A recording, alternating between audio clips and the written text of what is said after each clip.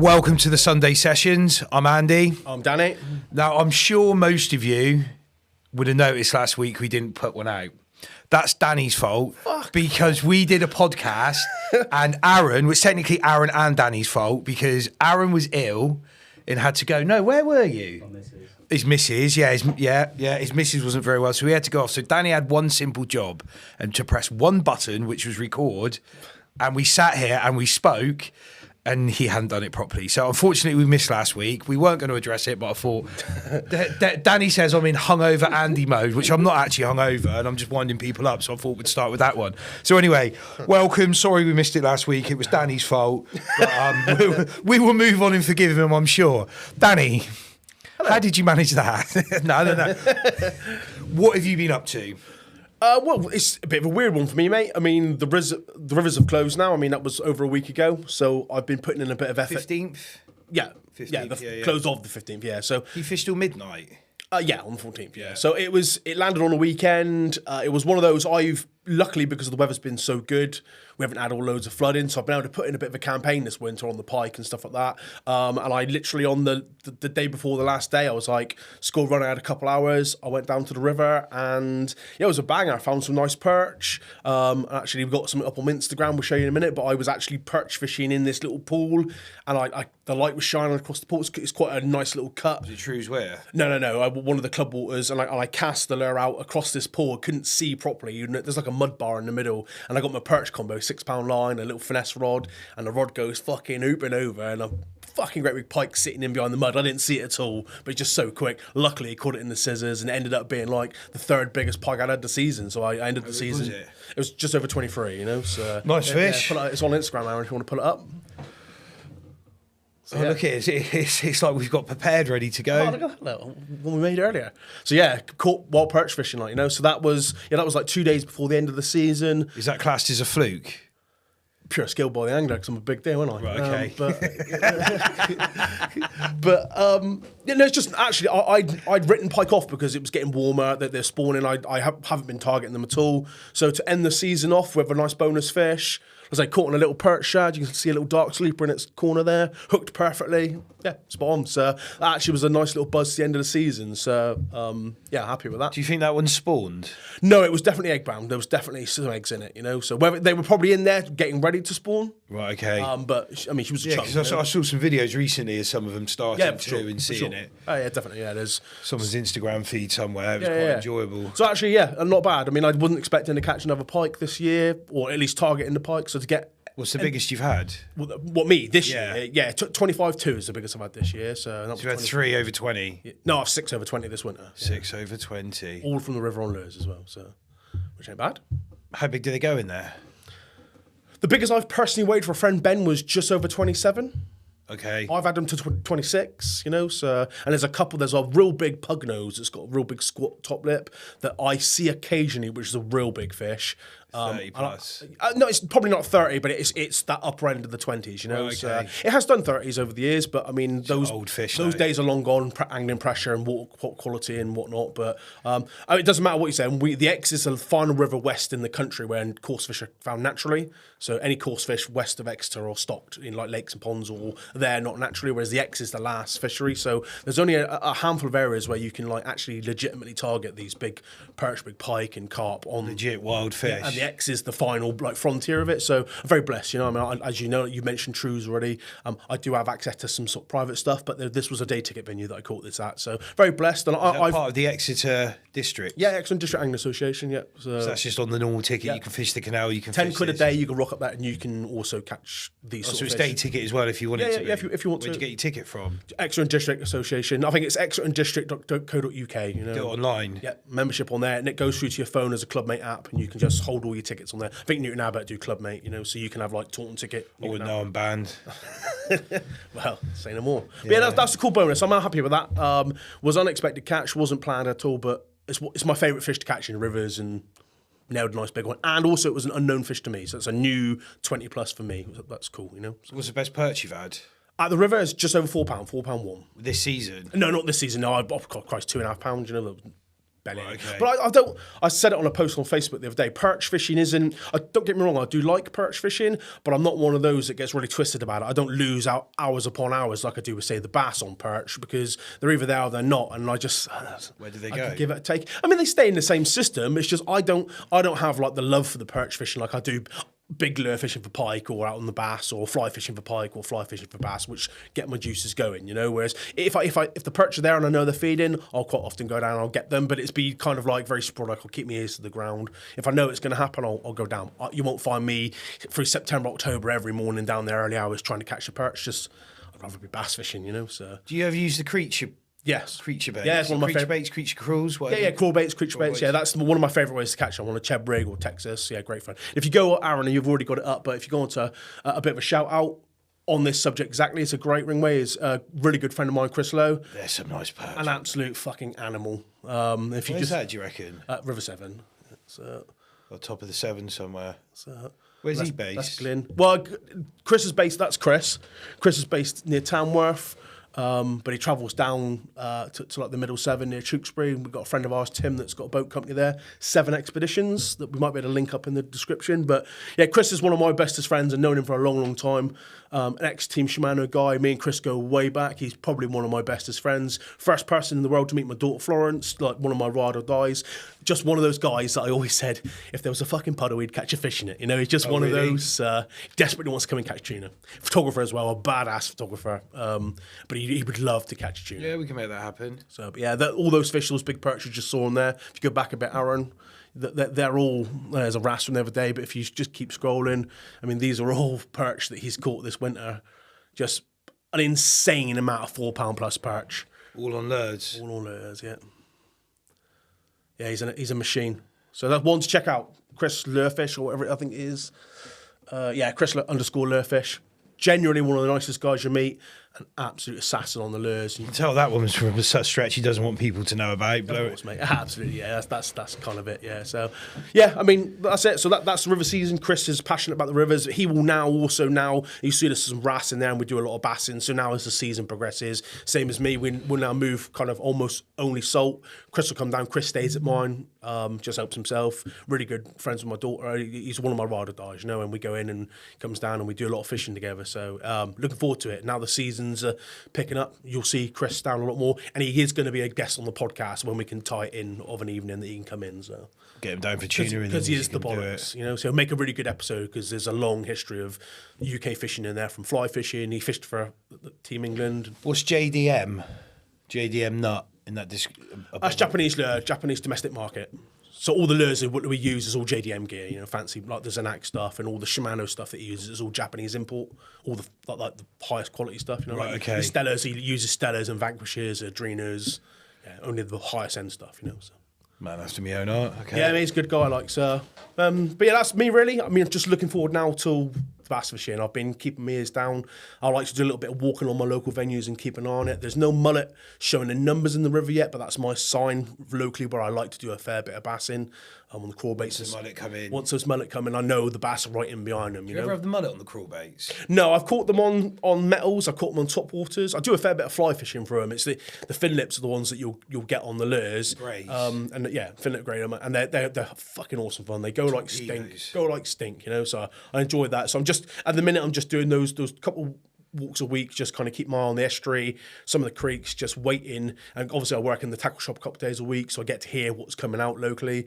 The second I hear things spicing up a bit, so rather than travelling down to like Kingsbridge Way and down to Plymouth Way, I can stay literally 20 minutes from my door and there's some really good fishing when it switches on. So. I knew it switched off a bit because Tricky hasn't been very active. Yeah. Hardly anything coming out at the minute. If Tricky's only doing a post here or a post there, you know the fishing's tricky at the moment. Yeah. He's been poorly as well. He's had all sorts going on, you know. So is he? He went from being like 5 days a week to hardly fishing through health. I mean, we've all had this fucking virus. It's doing me. I haven't. I've still got this bastard cough. We nearly killed Aaron off, and it's. Was it you that gave it to him? No, I think so. I mean, no. You two laughed at me for being poorly. Then he was poorly. So And I still haven't been poorly because I don't get poorly. No. But yeah, that's about it, really, mate. Looking forward to the salt, and I'm desperately looking forward to the salt now. You know. So. Yeah, I'm looking forward to. I need to go out and do some fishing. To be honest, I haven't hardly done anything. So, it's been terrible. I mean, I've heard down the grapevine some little bit of news from your camp, Mr. Bolt. So, tell me a little bit about what's going on with you at the minute. So there is a little bit of news. After we did the big one show, I was having some. Obviously, we had quite a few people up there. We had Smartfish, we had Big John, we had the McKells, the Squidworths up there. They are obviously such lovely guys, amazing people. They are obviously all teams, the Suzuki fishing team. And after that event, Will reached out to me and asked me, would I like to join the Suzuki fishing team? Of which, thank you very much, of which it caught me on the hop a little bit. I'm very honoured to have been asked. It's a massive opportunity. I don't class myself as that sort of angler though. As I've said it many, many times, I'm a bit of a one-trick pony on the tuna.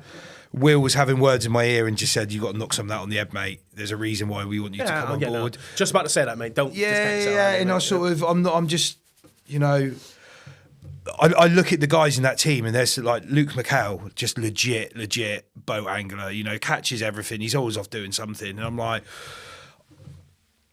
I feel like I'm going not have to up my game, but to be in with people like that is a massive honour. Yeah. So yeah, I have joined the Suzuki fishing team. Nice one, mate. Thank you very much. I have seen snippets of the branding that's going to happen. Keep your eyes peeled because it is fucking class. There is some branding that's going to be coming up. So a lot of what you will see all over the website moving forward from Tuna Gear is going to be Tuna Gear powered by Suzuki.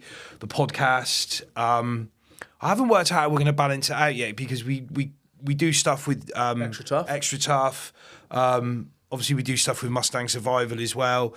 So I'm probably going to divvy it up a little bit, and probably the Sunday sessions we'll keep for Extra Tough, and then the main podcast, it'll be Tuna Gear Podcast powered by Suzuki. Yeah. It's a huge opportunity. They're a global brand. Yeah, man. And the thing that really excites me is the Clean Ocean project. Yeah, so I've got a pair of the 140s coming for my boat, which has got the microplastic filters in there. The boat came out the water. We took it down on Sunday. Me and Dave Mordecai took it down Sunday. We thought, we'll have a little fish coming through Start Point. I've got the video on my phone. It was gnarly. We come out of Dartmouth and Dave went into that. He goes into, let's just go, he's going, should we go slow and steady, mate? Just slow and steady. And I'm trying to show him stuff on my phone. He's like, and I'll catch a wave broadside. He's like, or I'll catch it at a funny angle and start surfing it at a funny angle. He's going, maybe we don't look at our phones right now. Maybe we concentrate. And I'm like, mate, it's fine. But we had to pump across the Scaries bank. And it was either if we went too far inside, it was pumping right up the beach and into like the side of Start. So we did a bit of if we went the long way around, it was just going to be horrible and uncomfortable. So at the last minute, we cut across, and you could see them, where it comes up shadow on the top of the bank, they were like proper rolling over the top. And I ended up in the race, and for 5 minutes, it was just horrendous sat in that race. Popped out the other side. Once we got the other side of Salcombe, it was lovely. It was cold, but the sea state was amazing. So we stopped on one of the wrecks. I've actually fished it with, I was out with Crusader for the day, and I caught a black spotted ray. And I didn't think it was very big, but Kev got particularly excited about that fish. Turned out it was actually a decent size for that one. I haven't done a lot of ray fishing, but yeah, we stopped, we did that, we did a couple of drifts. By the time we went to do the third drift, my hands were just numb. Yeah. I said to Dave, let's just go pub.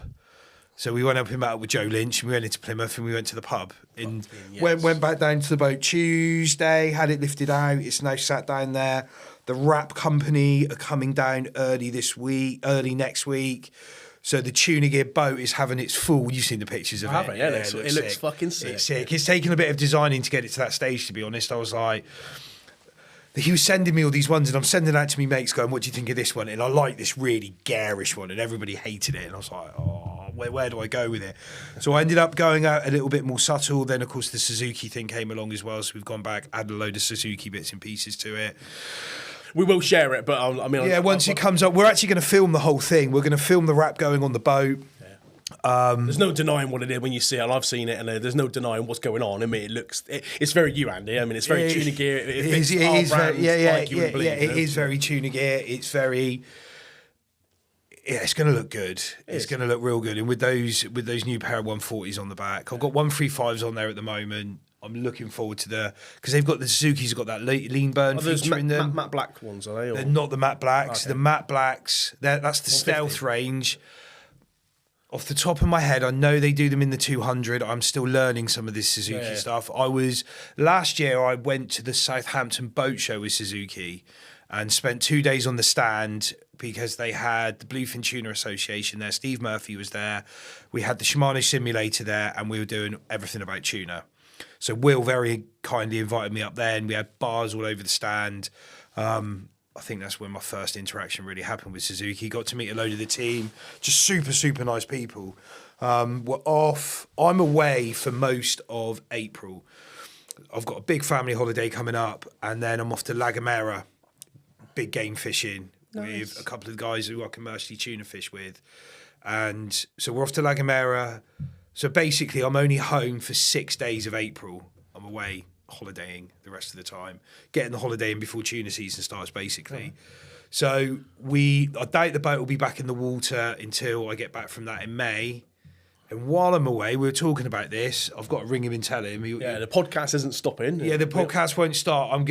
Ben, the UK Fish Layer, has very kindly offered to stand in, and he will come and do Sunday sessions, and he will come. The guest, and he gets cool. And he's a good lad. I mean, whenever I get to speak to him, it's always a laugh. He's one of those. Well, I think I said it before, like the previous reviews on our previous episodes. He's one of those guys that, even just generally talking, he's just fucking funny. Yeah, he's a funny guy. He's a funny guy. I'm going to try and line up some of the Suzuki guys to get down here. I want to get the McKells on. I want to get Davey on. I want to get Big John down. Big John will make a good episode. Yeah. Big John's legit. Such a lovely guy. We've been chatting loads since the show. I'm super, super honoured to be asked. It wasn't something that I saw coming at all. Yes, I know the guys within the team. That's all thanks to Will, really. I didn't see it come in, and I'm super honoured to have been asked. Testament to where the company's gone, man. So really, 12 months ago, 14 months. We launched in January last year, didn't we? Yeah, January last year. Before that, we'd done the Facebook thing for a while just to get it up in sort of, just have a bit of a practice on social media. So it's blown up in 12 months, and Suzuki have shown faith in me. I'm really looking forward to doing. What it's going to really free me up to do is the media side of things, because Aaron, our videographer, Aaron Barrett, he's also in the Suzuki fishing team. And me and him have now got big plans for filming this year. We're going to do. I want to make a movie, but like a legit, not like a YouTube video without sounding condescending to people. Like you could go and do a video where it's just bars going over the side and launching. I've got a whole different angle I want to go at it on. Real moody, big seas, big tuna. The Wild Sea Boys really inspire me with what they do. I was having a lot of conversations with Kieran and Liam at the Big One show, chatting backwards and forwards about what they do. Like you were in on some of the conversations. It was just like, they do it right. Yeah, they do it right. They inspire me, and at the same time, I don't want to copy what they're doing. No. But I look at their stuff and go, I want to do that, but I want to do it from my take. He's got his fishery down there. Ours is a little bit different up here. Although it's all tuna related, well, I want to put he's got that Newlin take on things. I want to put that Torbay take on things, and whilst paying homage to some of the old things that used to happen back in the day. Without giving too much away about what we're going to do, but we've already started. Nice. We've already put a big plan together. I've had voiceover actors sending in demos for the opening sequence of what we're trying to do, because Aaron wanted me to use AI. I was like, I don't want to use AI. I want a real human, but I want a very specific age of human and voice of human that I want. There's websites you can go on. Never knew these places existed. You can type in, you get voiceover actors, and you tell them what the project is, and you tell them what you want them to say, and they will read you like the first paragraph of that, and they send you an email with the price of how much they charge, and then you get a sample of their voice. And the first one turned up sounding like Gandalf, and I was like, that wasn't quite, but it wasn't too far from what I was thinking. I probably had about 50 things come in, and they range from like £300 to £2,000, and they've probably got set up like this, their own demo somewhere, and they just sit there and they talk. I was amazed by what you could actually. Well, that's find. cool. Something to look forward to, mate. Yeah, I'm looking forward to that. We've also got a couple of things in the pipeline we can't mention quite just yet, but it's going to be really cool for everyone to see and watch. So, regards to this space here, so we don't want to say too much. Yeah. Okay, yeah. Sweat, blood, and tears. Yeah, I need to pull my finger That will out be with announced soon. The last episode, the three of us were out in the warehouse, out in manhandling that fucking gazebo around, trying to fit it in the warehouse, and then being like, can we put it here? And it was twice the height of the ceiling, and we're tripping over stuff. It works. So I mean, that's really cool, and that's going to be really exciting for everyone involved. It's going to be quite limited. It's going to be a lot of fun. There's going to be beers involved, pizzas. Yeah, I'm going to put beers and pizzas on. And we're saying no more though, because we'll do a bit more about that in the coming weeks. So, but that's really cool. Keep your eyes peeled. Yeah. If you like line dancing, it's not that. So it's not for you. No. Yeah, it's definitely not for you. But yeah, apart from that, I haven't done any fishing.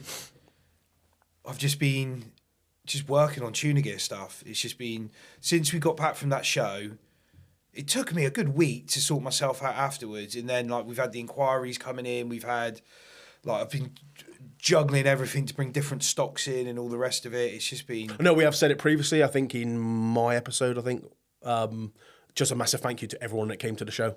And it was fucking buzzing. Yeah, it was. Blew my mind. I can't wait till next year, to be honest. We need to hurry up on the next one. Right. But yeah, that's my fishing, really. You won't hear from me, probably. You might hear from me one more time before I go away.